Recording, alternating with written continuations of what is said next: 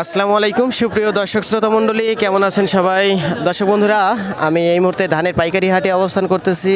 দেখতে পাচ্ছেন এখানে এটা কি ধান? হাইব্রিড ধান। এটা হাইব্রিড ধান। এটা দাম বলছে না?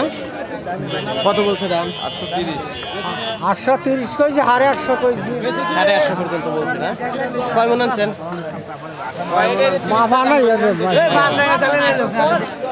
প্রিয় দর্শক, ধানের দাম একটু বাড়তি আমরা হাটে এসে জানতে পারছি।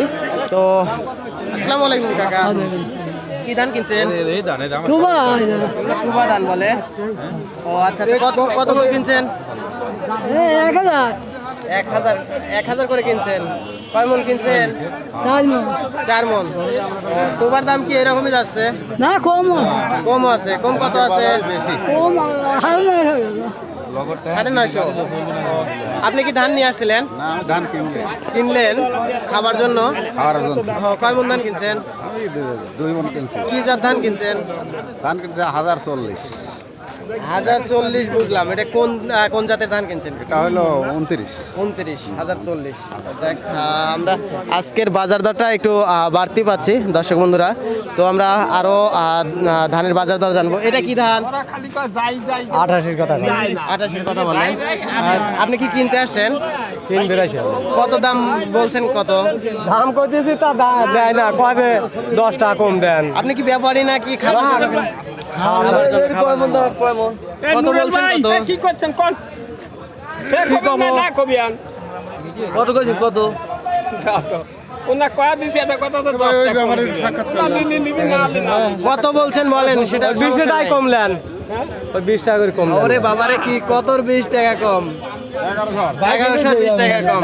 তো দর্শক বন্ধুরা, আমরা এই যে এখানে 28 ধান দেখতে পাচ্ছি। এখানে কিন্তু এই ধানটা 1100 টাকাই বলছে, কিন্তু 1120 টাকার কম বলতেছে। এটা বলতে ধান ক্রেতা যে কিনতে চাচ্ছে খাবার জন্য, এনা 1120 টাকা কম বলছে।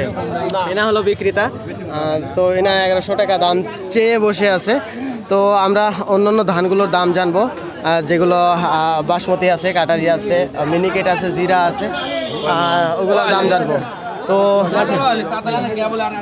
আসলে দর্শক বন্ধুরা, এই হাটে বাসমতি, মিনিকেট, জিরা এগুলোর আমদানি অনেকটাই কম, কারণ এইসব অঞ্চলে ওইসব ধানের মানে আবাদ কম।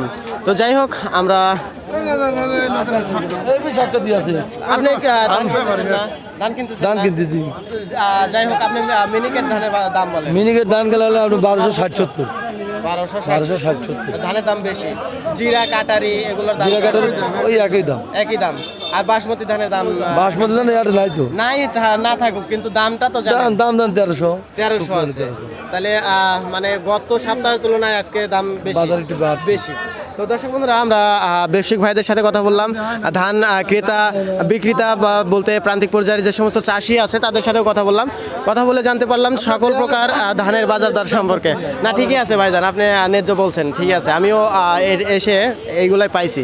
তো দর্শক বন্ধুরা, যে হাটটিতে অবস্থান করছি, এই হাটটি কিন্তু পাবনা জেলার সাথিয়া উপজেলার ধুলাউড়ি ধানের পাইকারি হাট। এই হাটে প্রচুর পরিমাণে ধানের আমদানি হয়। আজকে মোটামুটি আমদানি হয়েছিল। তো যাই হোক, আজকের ভিডিওটা এ পর্যন্তই। দেখা হবে আগামীকালকে। খুদা হাফেজ।